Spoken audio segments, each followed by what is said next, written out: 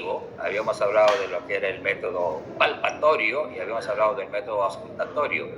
Esta forma de medir la presión a través de sistemas digitales hace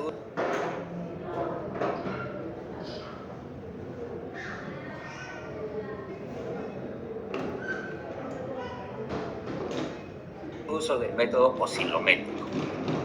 Es un sensor que básicamente lo que capta son vibraciones. Y si bien es cierto que hay algunos aparatos que todavía tienen los dos métodos, el auscultatorio y el oscilométrico es el que rápidamente tomó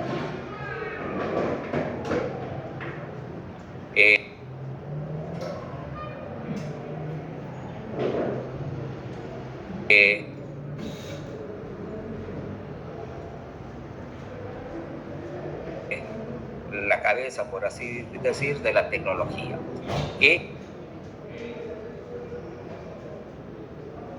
flujo de sangre en la arteria, cogidas por el sensor, como se puede ver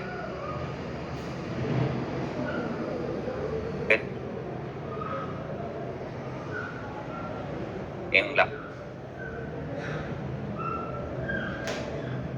la parte inferior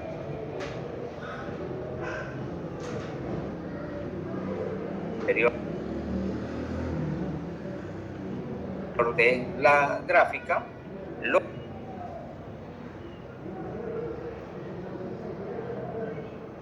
quiere estimar las oscilaciones. Lo que mide son vibraciones que tiene, son las que se manifiestan luego en valores de presión.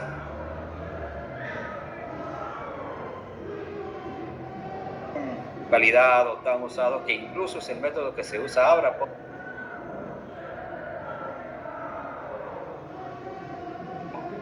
ambulatorio para el mapa. No voy a hablar del mapa. Ayer hemos tenido una extensa discusión y realmente ha sido un placer conocer tanto sobre este tema a través de los amigos.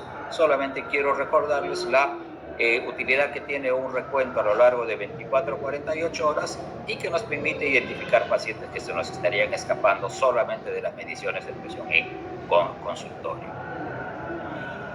La mayor parte de la discusión de ahora la voy a centrar sobre los dispositivos que no son el mapa y que se usan básicamente para el monitoreo ambulatorio, el AMBU. Bien, para poder usar estos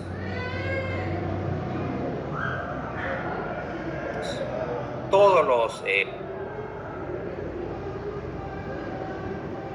han insistido en esta presentación que lo importante es tener la validación del equipo que se vaya a usar para garantizar que la toma el valor que nosotros creemos. Pero, ¿cómo se logra esto?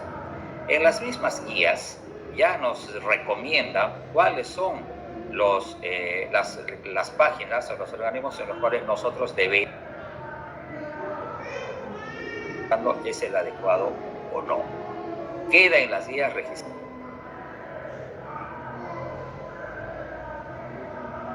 Está en español.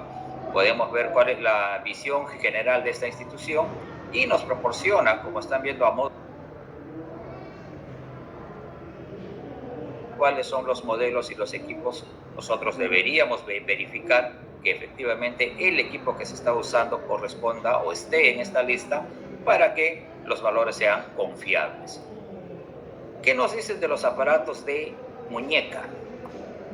En la misma página de ahí nos dicen que aunque hay algunos dispositivos validados, inmediatamente pone el comentario, generalmente no se recomienda. Y eso es lo que se tiene ahora como un concepto más. Hoy día, en la mañana, el doctor puedan usarse tienen que estar validados. Sirve para el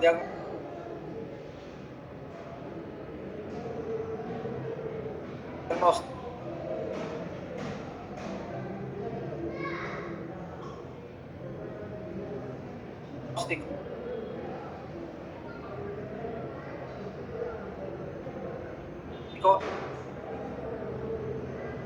Y el monitoreo y seguimiento en lo que es evaluación. Por lo aceptado.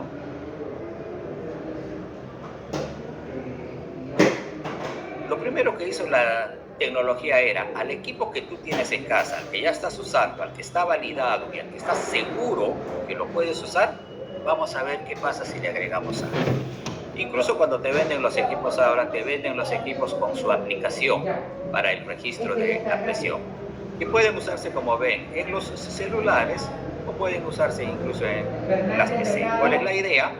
La idea es que si nosotros llevamos un adecuado registro de las presiones, eso podría motivarnos a tener un mejor control de las cifras.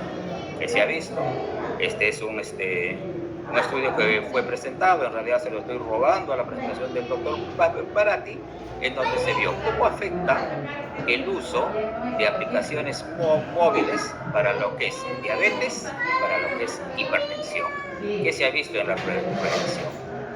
Si nosotros agregamos el uso de aplicaciones de celular o de computador a nuestra toma usual de la presión para el registro, tenemos este resultado. Le fue bien a los diabéticos. ¿Por qué? Porque demostró que mejoraba la capacidad de reducir los niveles de hemoglobina glicada. Sin embargo, para lo que es hipertensión, el efecto no fue tan marcado, no hubo una diferencia que realmente nos llamara la atención o que, digamos, tenga un atractivo para tener una mayor eficacia en el control de las cifras. Entonces, si nosotros a la forma usual que tenemos de tomar la presión con equipos validados le agregamos aplicaciones, no ganamos mucho. Sin embargo, hay otra novedad que sí podemos ver. ¿Qué pasa si el equipo que estamos usando nosotros para la toma de la presión no solo nos permite tomar la presión en forma validada y correcta, confiable, sino que además tiene la capacidad de poder transmitir el valor en forma remota al centro? Y eso es lo que estamos viendo en este caso. En este caso se hizo también el estudio, el metaanálisis, el doctor Barati presentó este dato en el último Congreso Europeo en Ámsterdam, y ahí se vio que efectivamente cuando hay participación, cuando hay, digamos, el compromiso de otros actores que están enterados de los valores que se registran en este dispositivo, sí se logra tener efectivas tasas de control de la presión. Pero ojo, quiero ser enfático, acá no solo estamos hablando que el equipo tiene la capacidad de transmitir, sino que obviamente hay alguien, puede ser en forma asincrónica, sincrónica,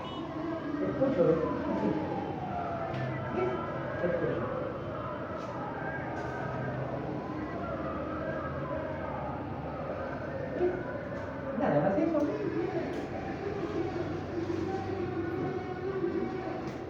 Y este también, mira, para ver lucecito. Mira, va a ser unos numeritos.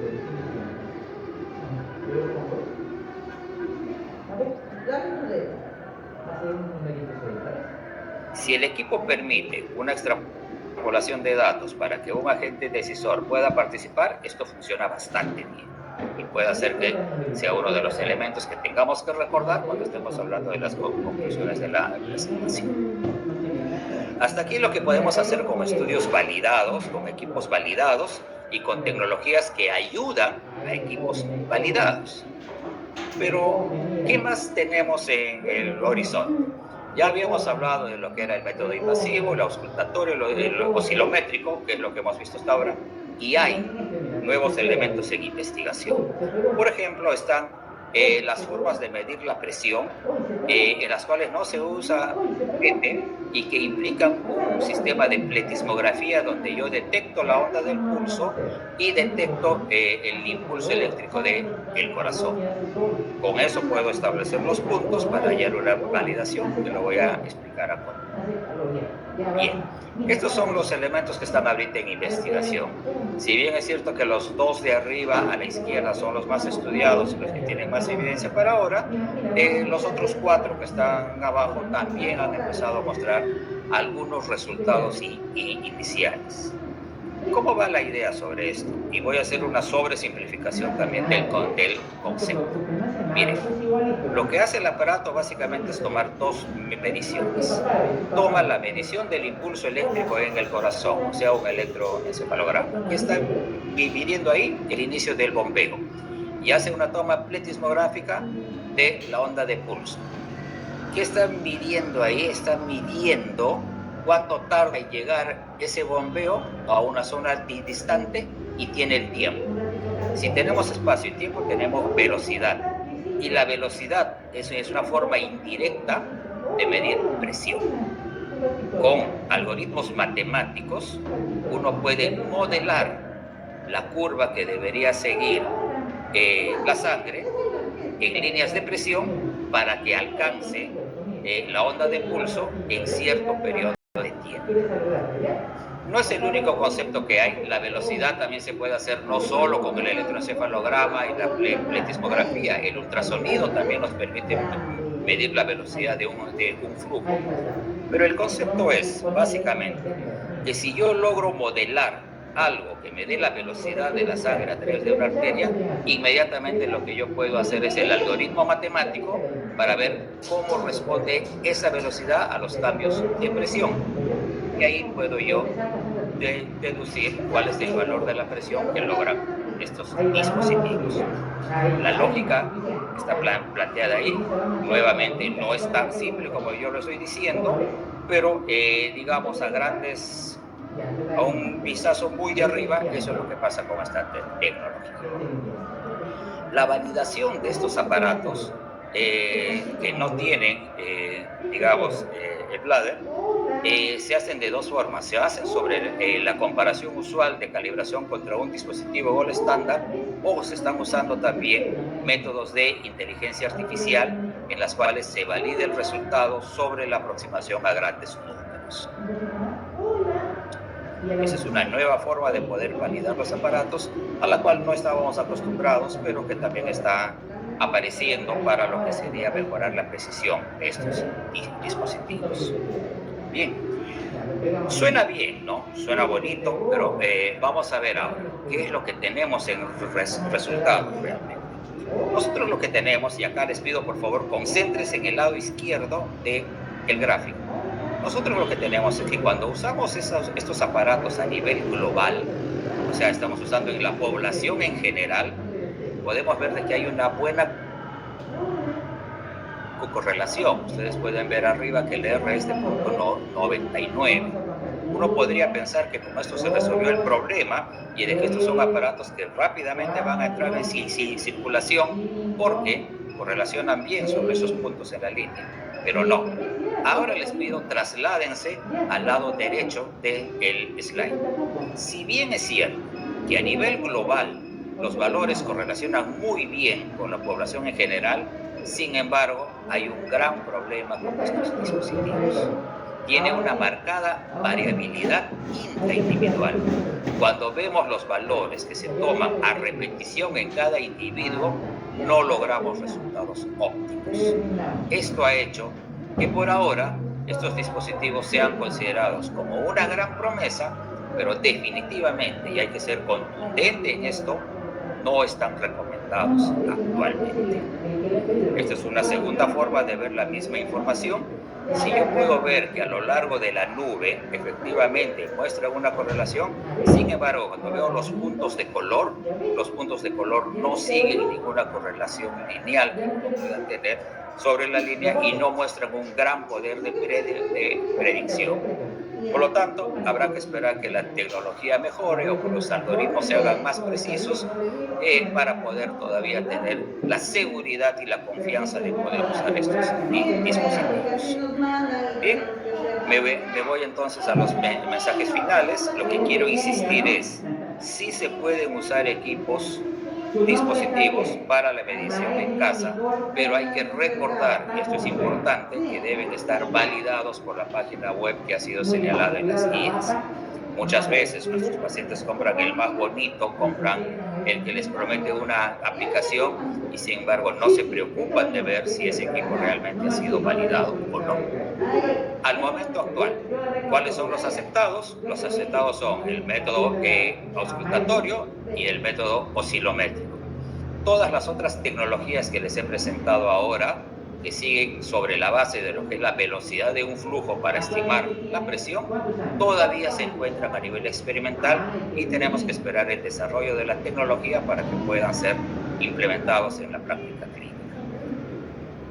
En el concepto que les dije que la transmisión del dato implicaba un equipo que mejoraba lo que era el devenir, esto realmente es donde yo quisiera centrar la parte final de mi presentación y decir que cuando tenemos un equipo clínico no solamente estamos tomando un equipo que sirve para tomar la presión, sino que esa es una gran oportunidad para nosotros poder participar dentro de una estrategia de control de la presión arterial que implica, entre otras formas, que la medición debería ser solo la parte, un componente de todo un sistema en el cual la información corra a través de un sistema de comunicación y permite que diferentes agentes tomen decisiones sobre lo que va a tener que hacerse con este paciente para que se logre un adecuado control de la presión.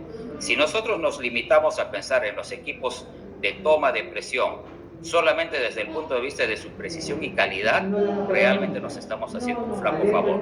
¿Cómo debemos enfocar los dispositivos? Los dispositivos... ¿Algún medicamento que tome? A veces. Sin perder precisión, calidad, debemos enfocarlos como un componente más de un enfoque que debería ir al control a través de telemedicina y la participación de múltiples actores dentro de lo que es el monitoreo ambulatorio. Con esto acaba mi presentación. Como vicepresidente de la CEA, quisiera aprovechar unos pocos segundos en invitarlos a nuestro congreso, que va a ser del 5 al 7 de junio en la Ciudad de México, en el año 2024, es decir, el siguiente año. Muchísimas gracias.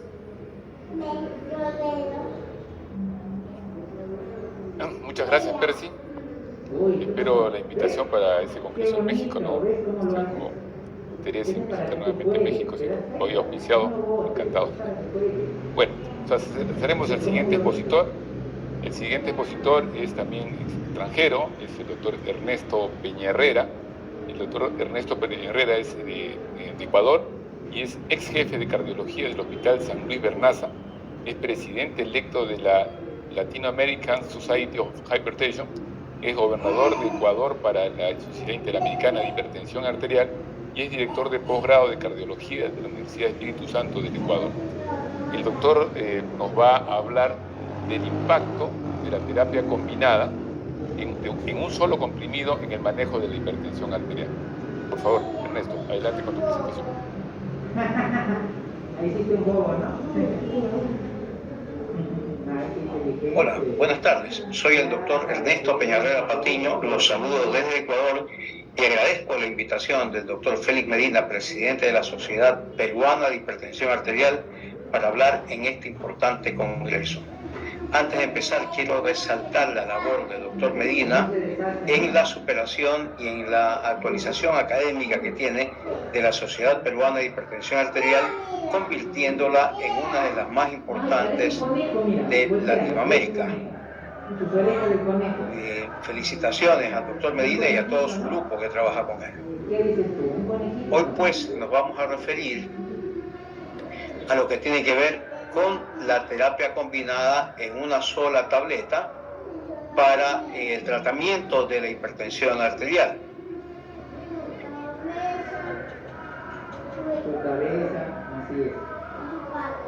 y se favorece un político. Muy bien.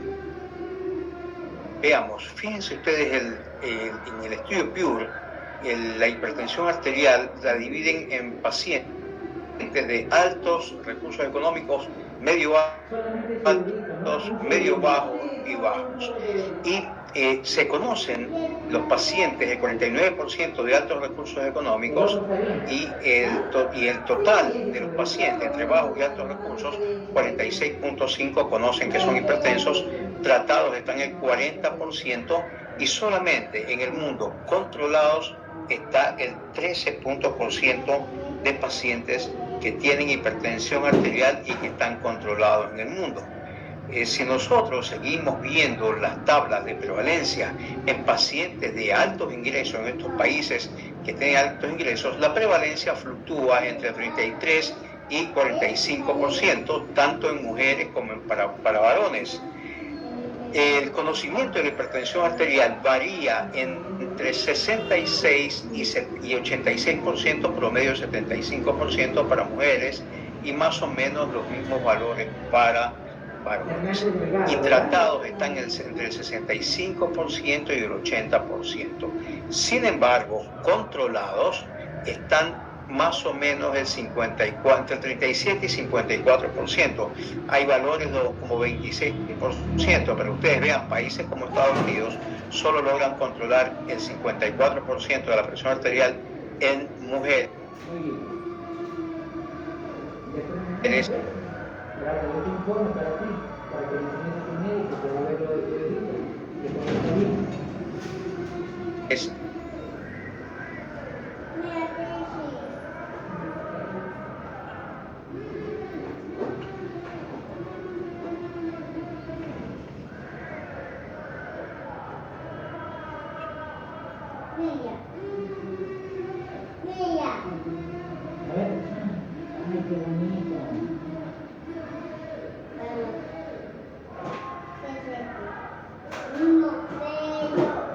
De esta cascada de atención,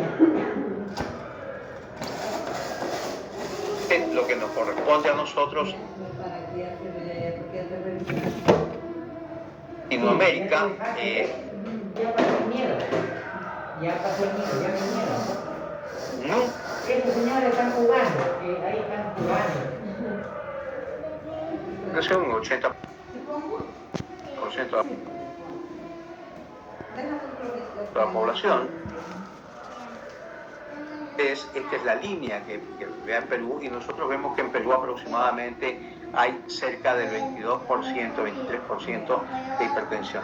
En realidad, en el mundo la hipertensión está en hombres en 34%, en mujeres 32%, pero si uno tiene de 50 a 79 años, la prevalencia es 49%.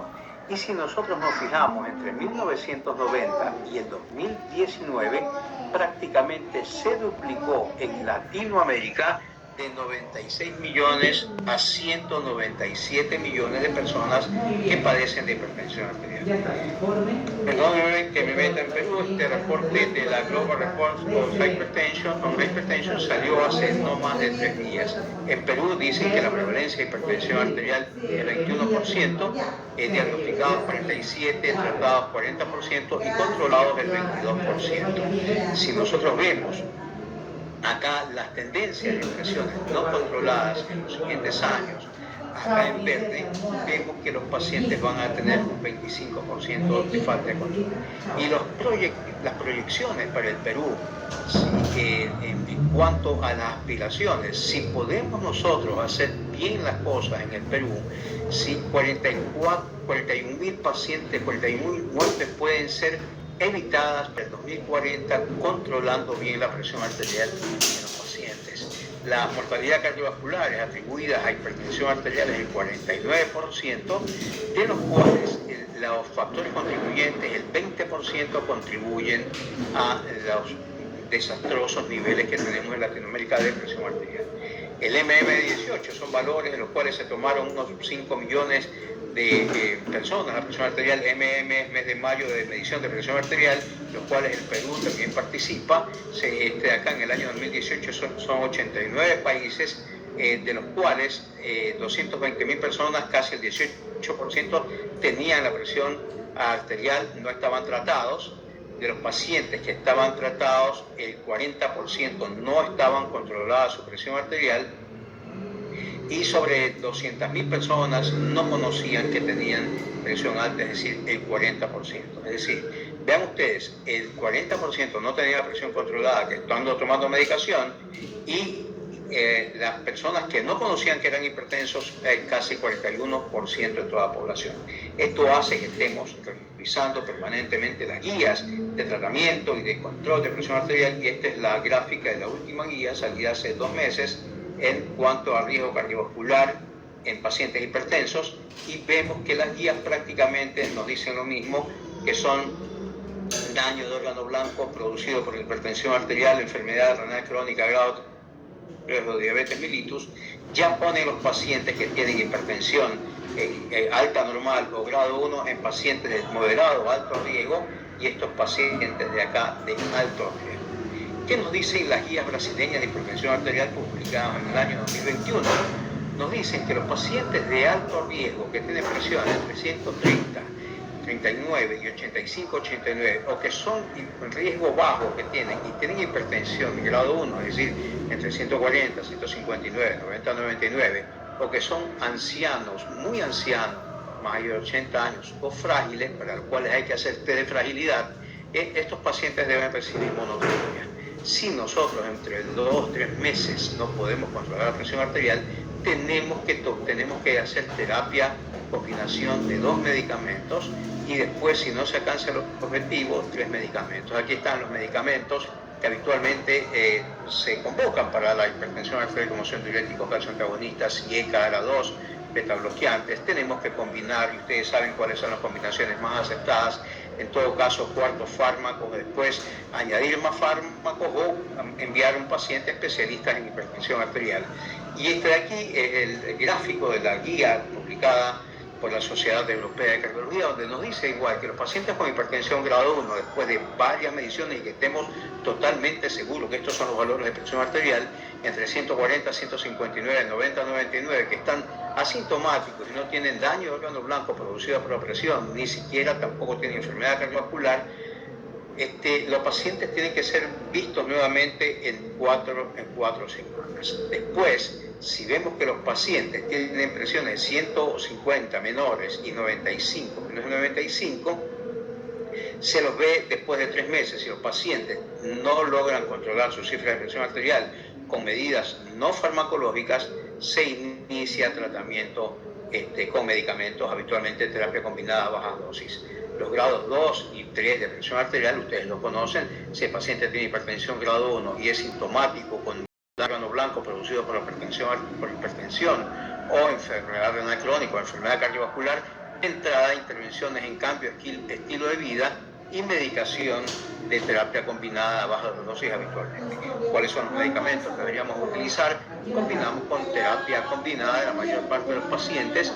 Tenemos que utilizar medicación en lo posible, una sola píldora, un comprimido simple, combinando 2 o 3 medicamentos, de los cuales los importantes son diuréticos, diacídicos o diacídicos light, inhibidores ECA o bloqueantes AT1, calcio antagonista.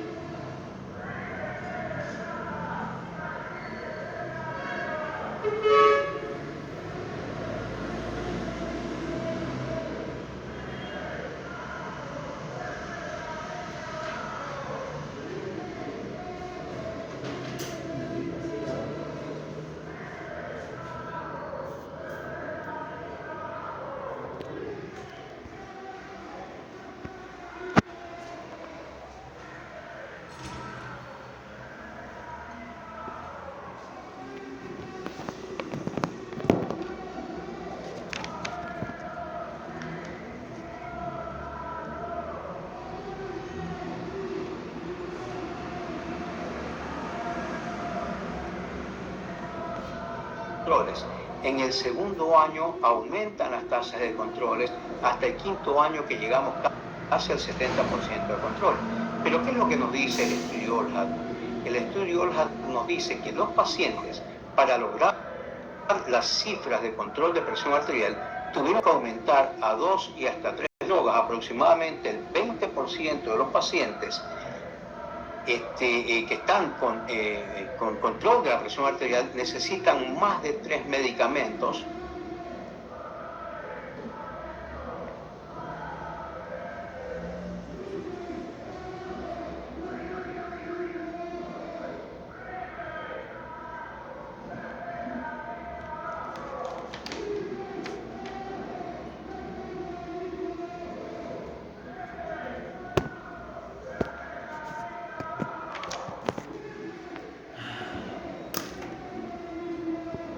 Más de 3 medicamentos, aproximadamente el 25%, para controlar la presión, y esto solamente lo logramos en el 65% de los pacientes. El estudio Value, recuerden ustedes que hemos aprendido que el estudio Value era amlodipina versus valsartán. Sepan ustedes que los pacientes que solamente están controlados en el brazo valsartán, 22% al final del estudio, 57% de los pacientes amlodipina, solamente el 22%, y el 63% al final del estudio estuvieron controlados la presión arterial. Pero en el estudio Value, fíjense ustedes, solamente valsartán o amlodipina, el 15% de los pacientes, valsartán o amlodipina 10, el 11 y el 14.5% de los pacientes, valsartán o amlodipina más hidroclorotiazida. Ya ponemos otro medicamento que no es el medicamento del estudio, el 2.1 y el 4.3.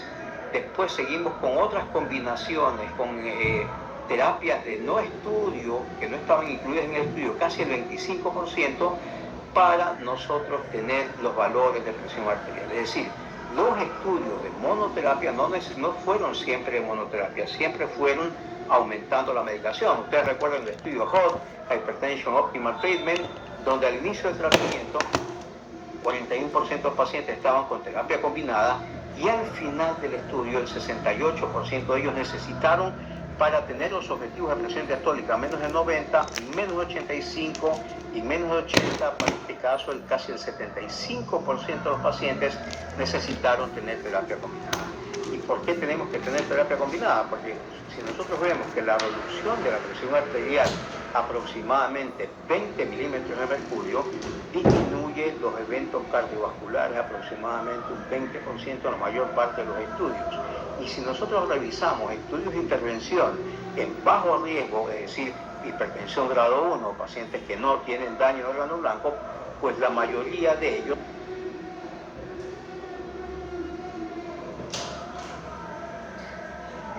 tuvieron disminución de eventos cardiovasculares, menos en los pacientes que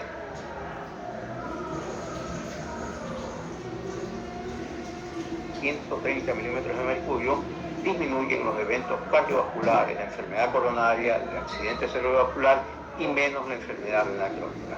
La Sociedad Internacional de Hipertensión, en su publicación en el año 2020, nos dice que si nosotros tratamos los pacientes con más de 2 drogas o 3 drogas para lograr los objetivos de presión arterial, tanto presión sistólica como diastólica, disminuimos la insuficiencia, la enfermedad coronaria, el accidente cerebrovascular, la insuficiencia cardíaca, la combinación, la muerte cardiovascular.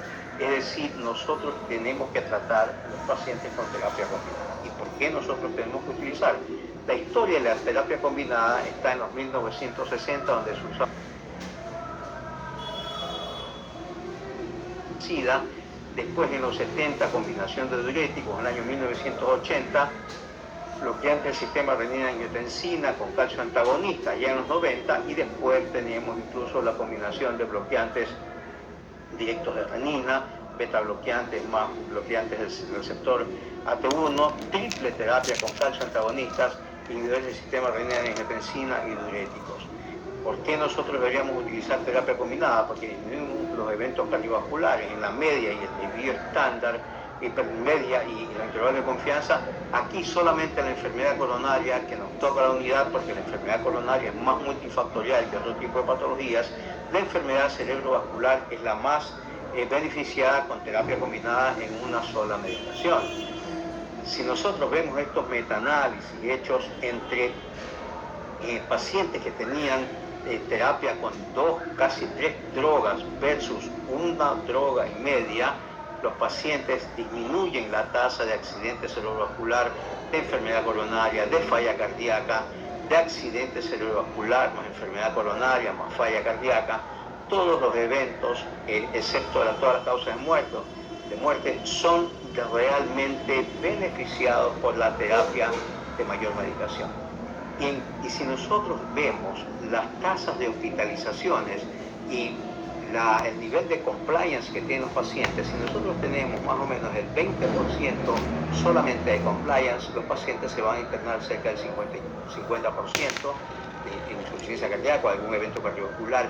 Así vamos disminuyendo. A la medida que el paciente tiene mayor cumplimiento, mayor nivel de adherencia, tiene menos tasa de hospitalizaciones en el cuadro de insuficiencia cardíaca. Y estas son las tablas de medicamentos que se han usado en el transcurso histórico de la presión arterial. En hipertensión, el estudio All Has Thought Accomplished Sprint, en el intensivo, fíjense ustedes cómo necesitan entre 3 y 4 drogas para tener las presiones arteriales entre 121 y 138, el estudio de diabetes, el ACORD, INVEST, DNT, Renal, el Vianefron, KBCD y el UPA-PDS necesitan aproximadamente más de 3 medicamentos. Y falla renal, el estudio hace el MDRD, vean ustedes cómo necesitan entre 3 y 4 medicamentos. ¿Cuáles son las ventajas de la terapia de un simple comprimido? Reducción del número de comprimidos, obviamente, disminución de las tomas diarias, se facilita la prescripción, el gasto seguramente es menor y la mejoría en el cumplimiento. Los inconvenientes son dificultad de fraccionar los comprimidos, la dosis es rígida, los vienen ya etiquetados, la dosis que tienen, y dificultad de aplicación de cronoterapia. Las ventajas en una sola tableta, si nosotros vemos a estos pacientes a los cuales se les dio medicación, y después en una sola tableta y se vio la persistencia después de un año, los pacientes que seguían tomando la medicación y podían controlar la presión, fíjense ustedes, en una sola tableta tienen mejor cumplimiento que si nosotros tomamos la misma medicación en tabletas separadas. Y a veces una de las preguntas siguientes que vienen, ¿qué hago con mi paciente? ¿Duplico la dosis del medicamento que le doy o hago terapia combinada? Pues todos los pacientes que se hizo terapia combinada con antiacidas, betabloqueantes, IECA, calcio antagonista y todas las clases de medicamentos, el combinar la terapia hizo que haya mayor disminución de la presión arterial sistólica y el mayor logro de los objetivos de presión arterial. En los estudios que se ven en combinación de simple tableta para el control de la presión y resultados clínicos, vemos que siempre la comparación en una sola tableta con relación a tabletas comprimidos libres en los diferentes metaanálisis y estudios randomizados controlados, especialmente este estudio de ICP Mancha, donde la simple tableta fue mucho mejor que las dosis fraccionadas de medicamentos, y también los estudios observacionales nos indican que el bloqueador de los canales de calcio con bloqueador de receptores AT1 fue la combinación más frecuente y que la adherencia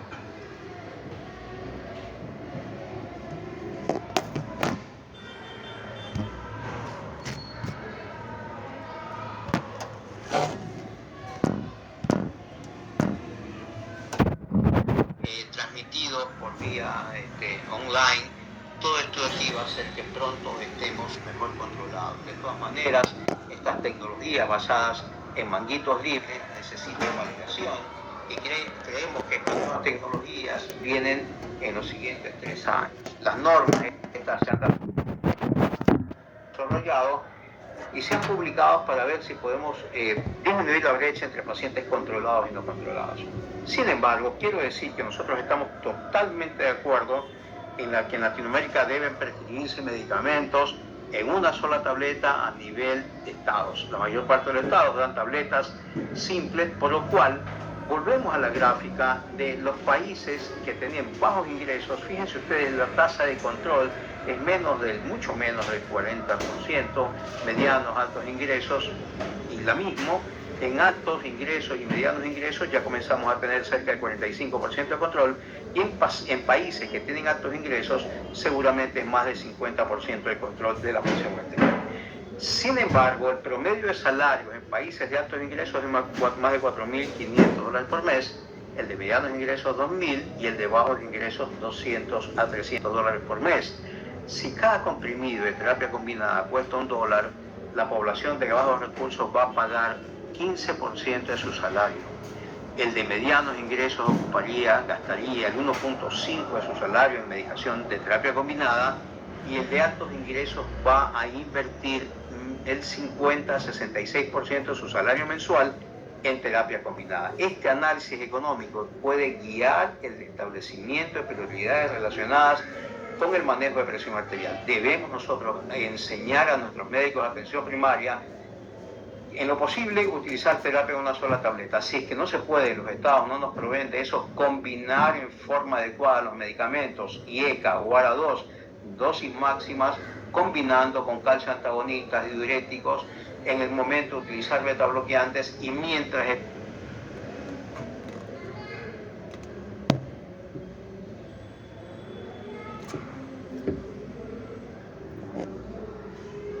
esperamos la llegada al Sistema Nacional de Salud de terapia simple combinada, sepamos combinar bien los medicamentos que tenemos. En realidad les agradezco muchísimo la atención, les deseo el éxito extraordinario que están teniendo, y estoy disponible para cualquier pregunta. Muchas gracias.